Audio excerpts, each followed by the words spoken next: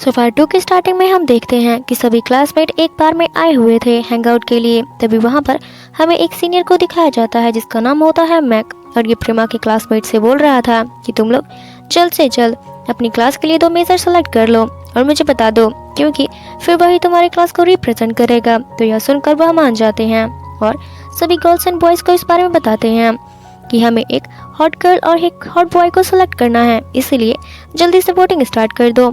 यह सुनकर सब लोग मान जाते हैं और जल्दी जल्दी वोटिंग स्टार्ट करने लगते हैं। और वहीं हमें मॉक को दिखाया जाता है जो मैक के पास आया एंड पूछता है क्या सच में आपका निकनेम बॉडी काउंटिंग है?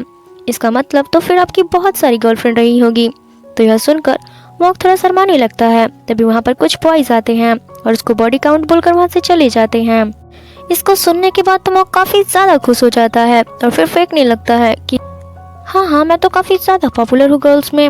अभी यह कुछ कह ही रहा होता है तभी वहाँ पर दूसरा सीनियर आता है जिसका नाम होता है सेंट, और ये हमारे इस ड्रामे का सेकंड मेन लीड है। मैक ने इन दोनों को पहले इंट्रोड्यूस करवाया और कहा अगर तुम्हें लड़की पटाने के लिए कोई टिप चाहिए तो तुम आराम से सेंट से बात कर सकते हो और पूछ सकते हो, क्योंकि ये गर्ल्स में काफ़ी ज़्यादा फेमस है। तो मॉक फेक का आईडी दिखाते हुए कहता है कि प्लीज़ कुछ ऐसा करो कि ये मुझसे बात करने लगे, यानी कि ये मेरी गर्लफ्रेंड बन जाए। ये मेरी क्लासमेट है और एक इन्फ्लुएंसर भी है, साथ में काफ़ी फेमस यूट्यूबर भी है, इसके बहुत सारे फैंस हैं, इसलिए मुझे कैसे भी करके इसको पटाना है। मगर ये है कि मुझे भाव तक नहीं देती, यहाँ तक कि मेरी फ्रेंड रिक्वेस्ट भी एक्सेप्ट नहीं करती है। तो फिर ये सुनने के बाद सन कहता है मुझे बस 1 मिनट दो। जिसके बाद सन जब उसको वापस फ़ोन करता है तो ये देखकर मॉक तो काफ़ी ज़्यादा शॉक हो जाता है, क्योंकि फैन ने उसकी फ्रेंड रिक्वेस्ट को एक्सेप्ट कर लिया था। ये देखने के बाद तो मॉक काफ़ी ज़्यादा शॉक हो जाता है और खुश भी हो जाता है कि फैन ने फाइनली उसका फ्रेंड रिक्वेस्ट एक्सेप्ट कर लिया।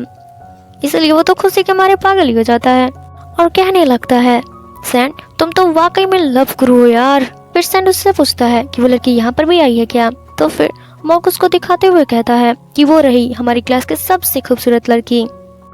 तो सैंड फैक को देखने के बाद अट्रैक्ट तो नहीं हुआ, बल्कि उसे तो प्रेमा काफ़ी ज़्यादा अच्छी लगी। उसके बाद वो मॉक से पूछता है के बगल में जो लड़की बैठी हुई है उसका नाम क्या है? जिसके बाद मॉक उसको बताता है कि हमारी क्लास की नई लड़की है और इसका नाम प्रेमा है। अब बारी थी रिजल्ट की और वोटिंग हो चुकी थी, इसलिए जब जैसे ही रिजल्ट अनाउंस होता है तो पता चलता है कि बॉयज़ में से ऑलमोस्ट सभी ने विन को वोट किया है, सिर्फ 1 वोट को छोड़कर, और वो 1 वोट मॉक को मिला है। उसके बाद तो सारे क्लासमेट हंसने ही लगते हैं बात सुनकर। फिर मॉक से पूछते हैं मॉक क्या तुमने खुद को ही वोट कर दिया था? जिसके बाद मॉक बोलता है हाँ सबको ट्राई करना चाहिए, इसीलिए मैंने खुद को वोट कर दिया। वो बात अलग है कि मैं हार चुका हूँ। ये बात सुनने के बाद क्लासमेट्स तो फिर से हंसने लगते हैं, मगर फैक कहती है मॉक आपने बिल्कुल सही किया। जिसके बाद मॉक तो काफ़ी ज़्यादा खुश हो जाता है। अब रिजल्ट यही था कि विन वैसे विन जीता, यानी कि अब वही हमारा हॉट बॉय है और वो केमिस्ट्री डिपार्टमेंट को रिप्रेजेंट करेगा। तो तभी सब लोग उसके लिए क्लैपिंग करना स्टार्ट कर देते हैं। अब बारी थी लड़की में कि कौन जीता है, इसीलिए पहले बताया गया कि 3rd मिनी आई है। तो वो तो शॉक हो जाती है कि भला मुझे किसने वोट कर दिया। तो फिर उसका बेस्ट फ्रेंड बताता है कि मैंने किया था। इसके बाद क्लास में तो हंसने ही लग जाते हैं। अब बताया जाता है कि जो 2 लड़कियां सेकंड आई हैं उनके वोट बिल्कुल ही बराबर हैं, एंड वो दोनों लड़कियां हैं फे और प्रेमा। प्रेमा तो शॉक हो गई कि क्या लोगों ने मुझे भी वोट किया था, एंड कहती है कि अब मुझे डिसाइड करना होगा कि कौन हॉट गर्ल बनेगी। तब प्रेमा बोलने लगी कि मैं चाहती हूँ कि हमारे इस डिपार्टमेंट को रिप्रेजेंट हमारी फे करे। मैंने कभी भी कोई स्कूल इवेंट में अटेंड नहीं किया है, इसीलिए मेरे अकॉर्डिंग फे को ही हॉट गर्ल बनना चाहिए। बस फे सभी के साथ नाइस एंड काइंड भी है। ये सुनने के बाद एंड फे को तो फाइनल करने ही वाली होती है। तभी फे कहती है, फिर खड़े होकर बताने लगी। फे कहती है पर मैं चाहती हूँ कि प्रेमा हमारे क्लास को रिप्रेजेंट करें। ये सुनने के बाद विन तो शॉक हो जाता है और उसको देखने लगता है।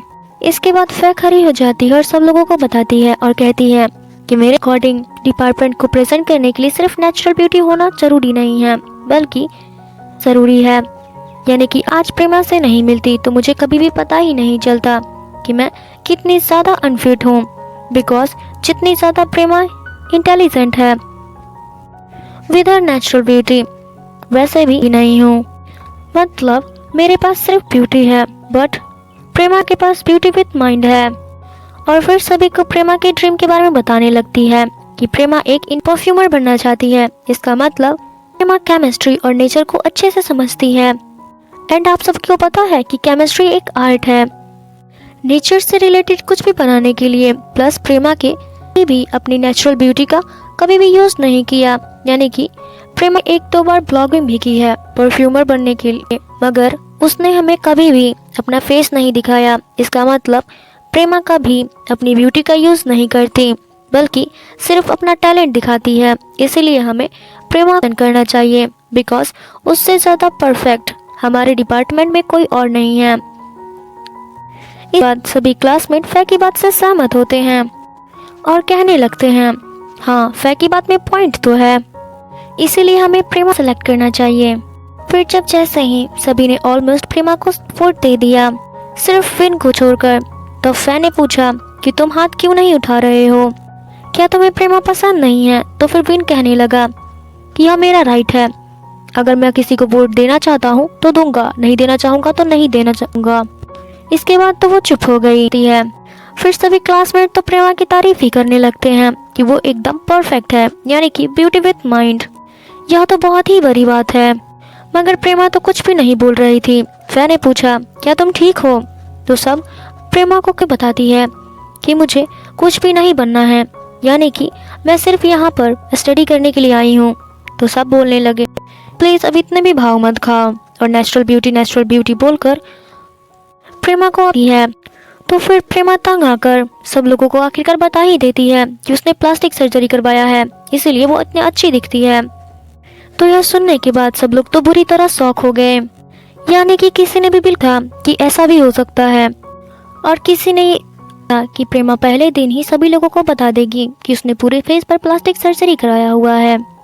फिर विन को तो प्रेमा के लिए काफी बुरा लगता है कि तभी प्रेमा शर्म के साथ उठी और तुरंत वहां से भाग, और परफॉर्मेंस था। तो यह सुनकर प्रेमा को तो बहुत ज़्यादा बुरा लगता है, इसीलिए वो बाहर बैठ देती है।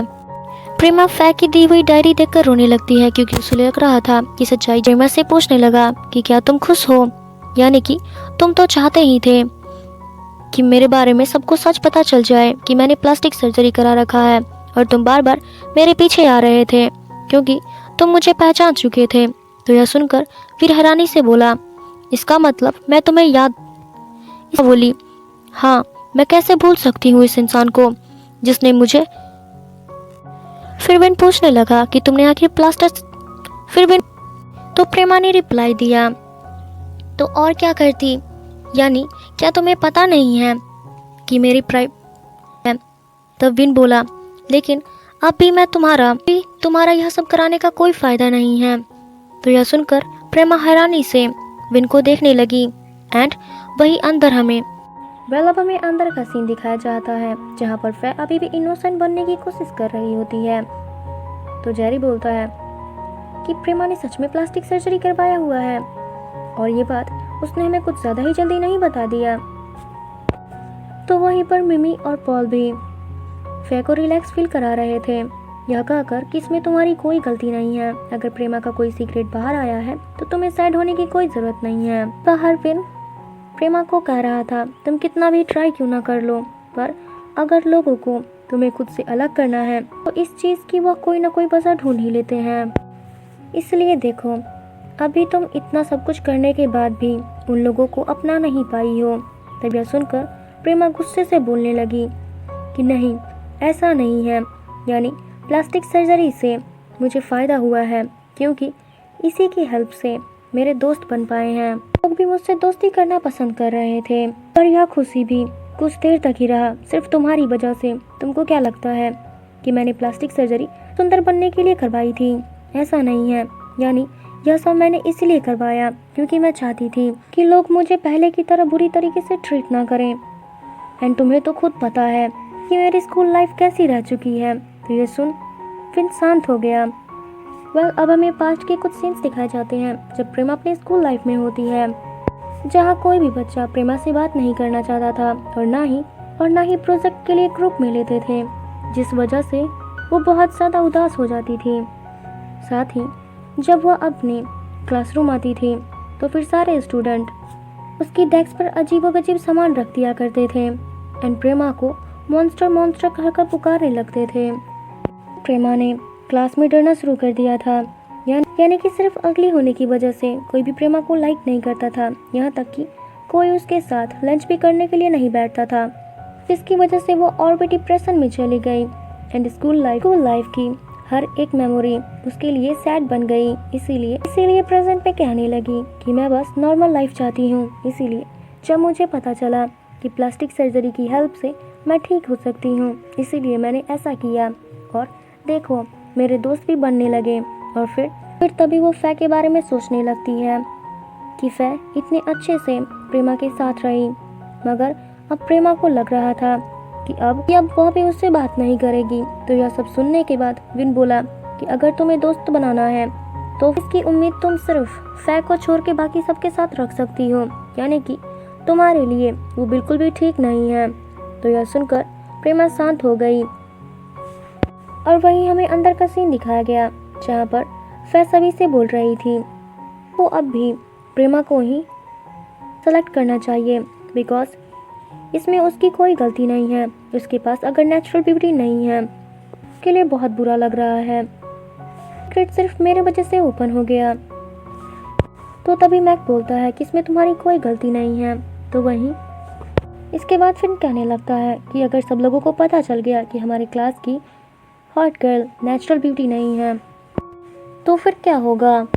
इस पर फै रिप्लाई करते हुए बोलने लगी कि वो नहीं मानती हूँ, यानी कि ब्यूटी प्लास्टिक का हो या फिर नेचुरल, उससे कोई फर्क नहीं पड़ता। ये बात सुनने के बाद सभी लोग तो फै से काफ़ी ज़्यादा इम्प्रेस होने लगे और उसकी तारीफ भी करने लगे कि तुम कितनी ज़्यादा स्वीट और प्यारी हो। इसीलिए फिर ठीक है, अब जैसे तुम बोल रही हो वैसा ही होगा।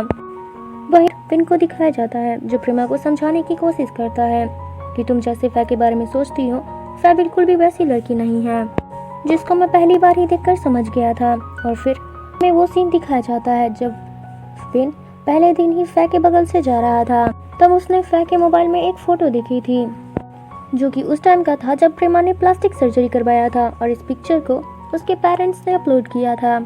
इसका मतलब फै को शुरू से ही पता था कि प्रेमा ने प्लास्टिक सर्जरी करवाया है, मगर उसने जानबूझकर ऐसा प्रिटेंड किया जैसे उसे कुछ भी पता ही नहीं हो।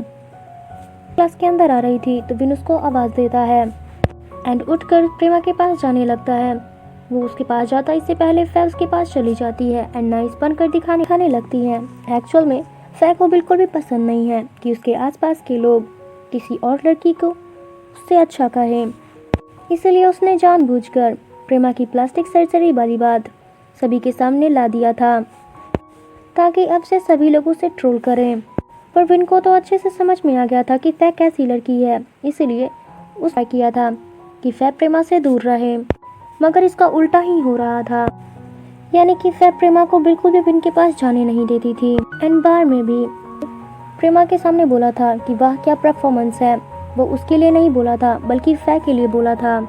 यानी कि जब प्रेमा बाहर चली गई थी तो विन फै से काफ़ी ज़्यादा लड़ा था बिकॉज उसे अच्छे से पता है कि फै ने ये सब जानबूझकर किया है, यानी कि प्रेमा के सीक्रेट को ओपन करने में उसका सबसे बड़ा हाथ है। इसलिए वो कहता है कि अब तुम खुश हो ना यह सब करने के बाद, मगर तब जाता है और फै की साइड लेने लगता है।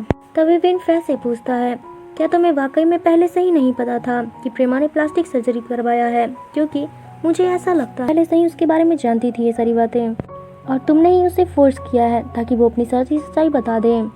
ये सुनने के बाद फै तो कुछ नहीं बोलती, मगर उसका फैन यानी कि मॉक बोलता है कि कुछ ज़्यादा ही ओवर हो तुम। वो तो कुछ ज़्यादा ही हाइपर होने लगता है विन से लड़ने के लिए। ये दोनों लड़ने ही वाले होते हैं, तभी एन उन दोनों को रोकती है और कहती है विन तुम बाहर जाओ, तुम फ्रेश एयर ले लो थोड़ा बाहर जाके।